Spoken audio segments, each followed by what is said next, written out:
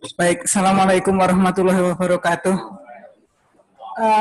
Saya pakai soundnya ini ya, tapi pakai view-nya saya. Nih. Saya biasa mengendalikan PowerPoint sendiri, jadi kalau dikendalikan orang lain ini kayak kurang marem gitu.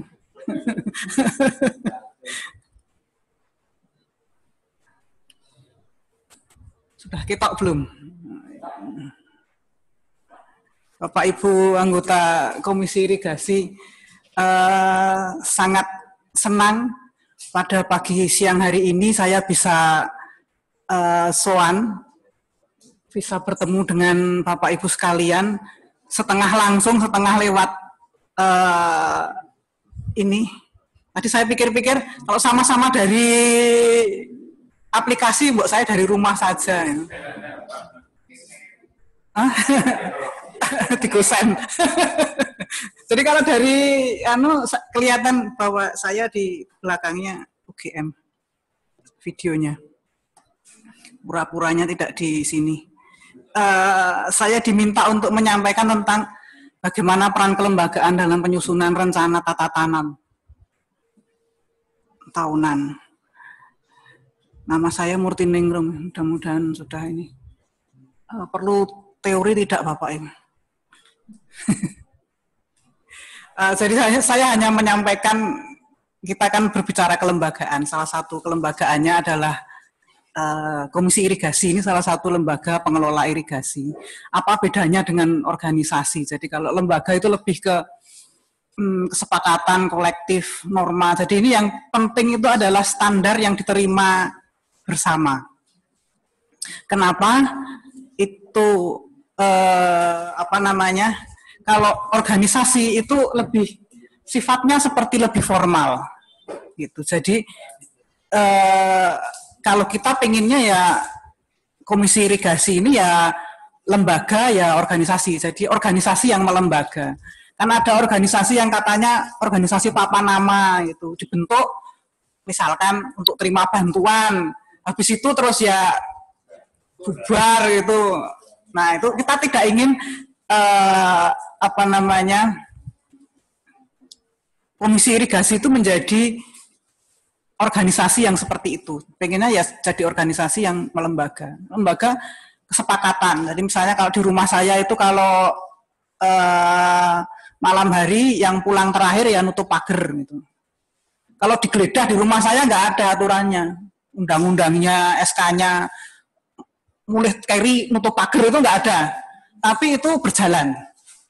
Kira-kira seperti itu. Nah, kita pengennya Komisi Irigasi ini ya formal, organisasi, tapi juga melembaga, segala aturan-aturan kesepakatan.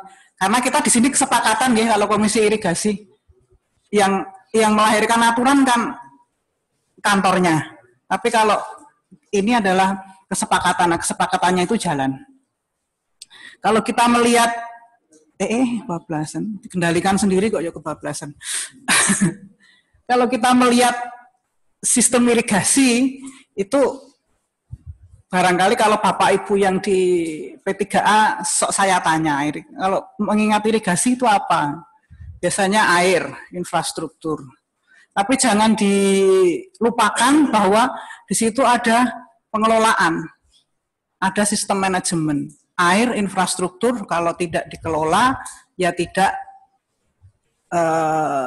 berjalan sesuai dengan yang diharapkan. Nah, berjalannya mungkin ya berjalan, kalau air dibiarkan ya berjalan. Kalau infrastruktur nggak berjalan, kecuali dikasih roda. Nah, untuk bisa ada pengelolaan yang baik itu ada lembaga. Yang baik itu ada lembaga. Kalau tidak, itu repot. Karena yang namanya irigasi itu polisentris. Maksudnya polisentris itu kabeh-kabeh itu semua pengen terlibat. Atau memang harus terlibat. Jadi usernya itu petani, terus ada pemerintah yang bangun, yang punya uang untuk mengelola, dari pemerintah pun ada macam-macam. Yang mengairi dengan yang diairi kan beda, sudah dinasnya. Jadi kalau nggak ada lembaga, repot. Lembaga itu wadah untuk bikin kesepakatan yang ditaati. Terus jelas harus ada SDM. Nah ini yang seringkali dilupakan. Saya nggak melihat yang di SDM itu SDM yang petani maupun SDM yang petugas. Karena kalau SDM-nya nggak bagus ya tidak sustain, tidak berlanjut. Meskipun infrastrukturnya bagus, nanti ya dalam waktu dekat pasti kalau SDM-nya jelek nggak akan lama umurnya. Nah itu kira-kira itu yang harus dikelola dalam satu sistem untuk membuat produksi pertanian. Produksi pertanian ini nanti yang akan ya cita-cita jangka panjangnya untuk ketahanan pangan dan kesejahteraan. Nah ini kalau kita umpamakan, kenapa kita di sini?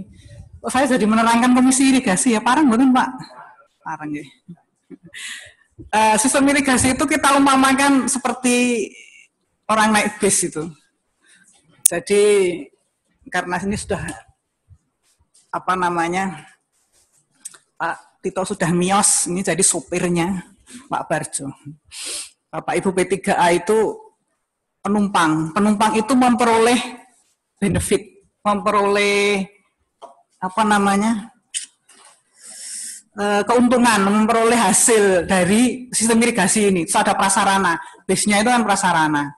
Nah nanti dinasnya ini dibantu oleh petugas-petugas lapangan, ada juru dan sebagainya itu ngenai ya. Nah komisi irigasi itu ngapain gitu loh? Itu seperti polisi. Nah jadi posisinya komisi irigasi itu seperti polisi. Itu membuat ini nanti arahnya ke sana, itu diarahkan, jangan nabrak-nabrak gitu. Nah tentu saja dia bekerjanya dasarnya adalah peraturan. Gitu kira-kira.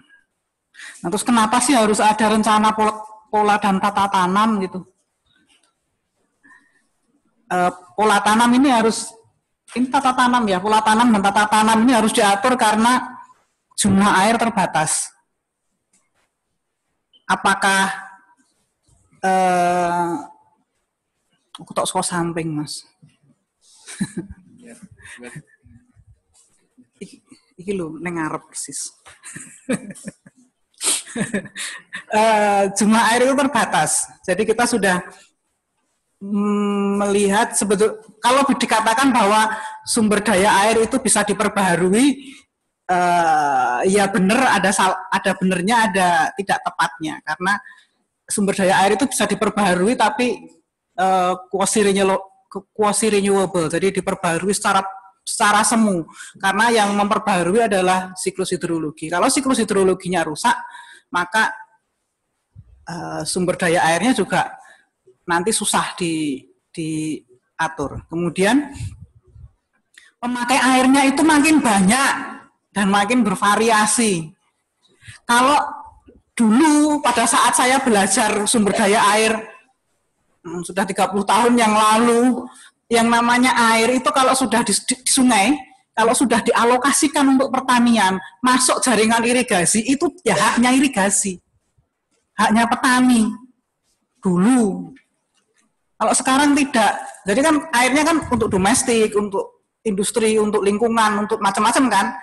Tapi yang air yang untuk pertanian itu kan sudah dialokasikan. Jadi air yang untuk pertanian kalau sudah dialokasikan dan dia masuk sistem irigasi, itu haknya pertanian.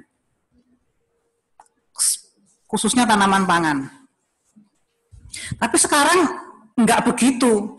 Air yang sudah dialokasikan untuk pertanian masuk ke jaringan irigasi, ya masih ada pengguna lainnya gitu. Itu yang rada repot. Makanya sebetulnya kalau kita menyusun pola tanam, itu pemakai air yang lain juga harus dihitung, tetap.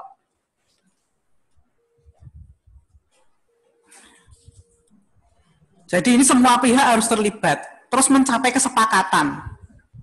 Nah, kesepakatan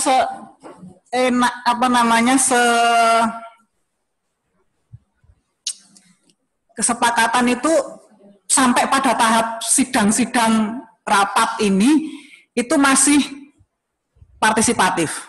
Tapi nanti kalau sudah jadi kesepakatan, apalagi sudah ada SK nopo pergub nggih, nopo nggih? SK nggih, SK Gub nggih. Kalau sudah jadi SK Gub, itu sudah tidak partisipatif. Itu sudah otoriter. Sudah jadi aturan. Jadi kalau mau usul sekarang. Kalau sudah jadi SK, sudah jadi hukum. Kalau sudah jadi hukum, ya mau tidak mau harus dijalankan. Kalau mau usul sekarang, sebelum jadi SK. Jadi pada saat menyusun pola tanam dan tata tanam itu harus diperhatikan dia air yang tersedia berapa dari hujan, dari air irigasi. Jadi dari hujan sudah bisa diperkirakan atau masih nunggu September pengumuman dari BMKG. Tadi pengumumannya September yang untuk awal musim hujan, MT1. Oktober ya perkiraannya. Kalau sudah bisa diperkirakan kan artinya kita sudah ini ya, karena normalnya kalau kita melihat yang kemarin ini kan rodo kacau ya Bapak Ibu. Rodo kacau dalam arti karena kemaraunya itu mundur, MT1-nya Bapak Ibu kan mundur doan, ya toh? Terus kan dudul yang MT sekarang. Nah, besok itu mau dikorbankan setengah MT atau mau tetap diundurkan modo wingi, itu kan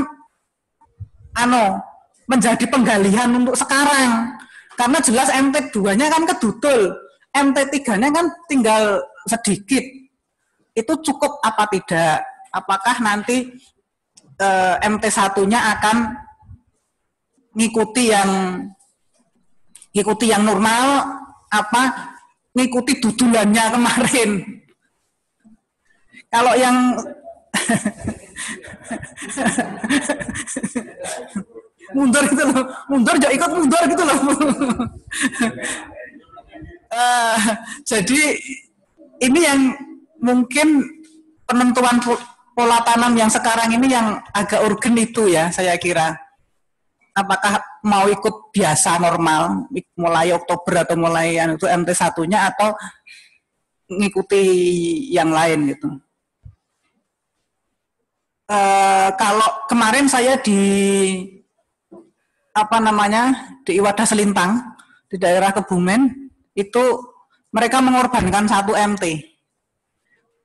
Jadi MT1-nya tetap kan mulai Desember mau Januari itu baru mulai kan, MT yang berikutnya itu ada yang MT2, ada yang MT3 diserahkan lokal, tapi nggak boleh 3 tanam, cuma 2, karena yang berikutnya harus ngikuti normal lagi gitu. Nah ini monggo, kalau yang di sini saya kan cuma saya nggak ada loh di gambar ini tadi, nggak ada, mana ini universitas nggak ada tuh. Ya.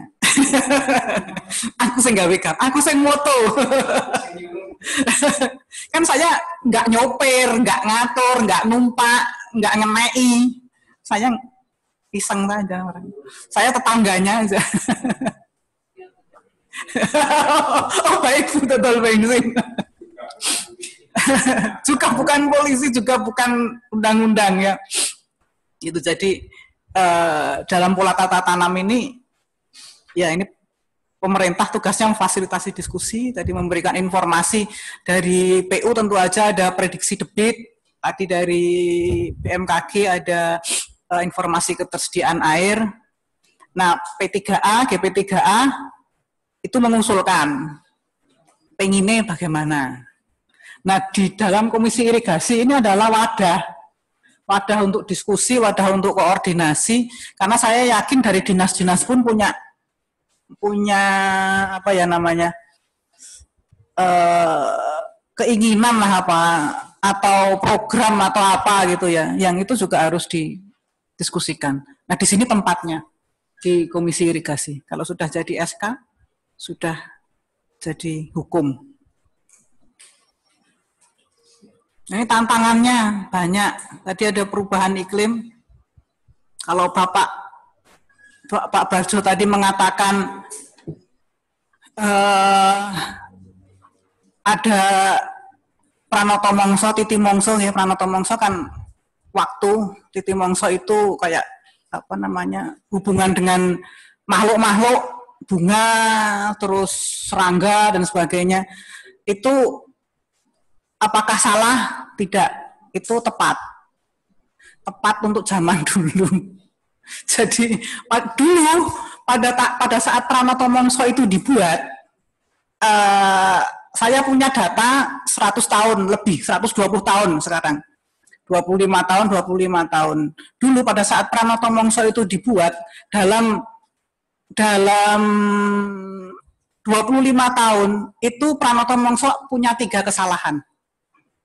Jadi ada 3 cuaca ekstrim setiap 25 tahun. Leres nggih?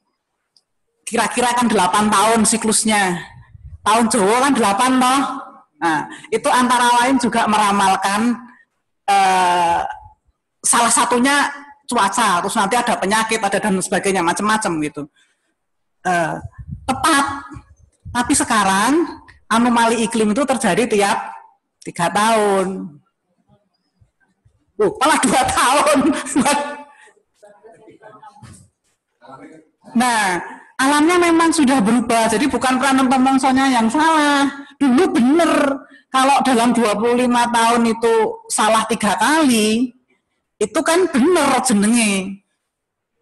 Dan kesalahan yang 8 tahun sekalipun sudah diantisipasi dengan kalau tahun apa itu basah gitu loh. Dan itu tepat gitu. Tapi sekarang tahun basahnya kan tidak 8 tahun. Lain gitu loh. Sudah berbeda. Sehingga itu tadi apa namanya? Terjadi perubahan iklim. Yang ini juga harus new normal.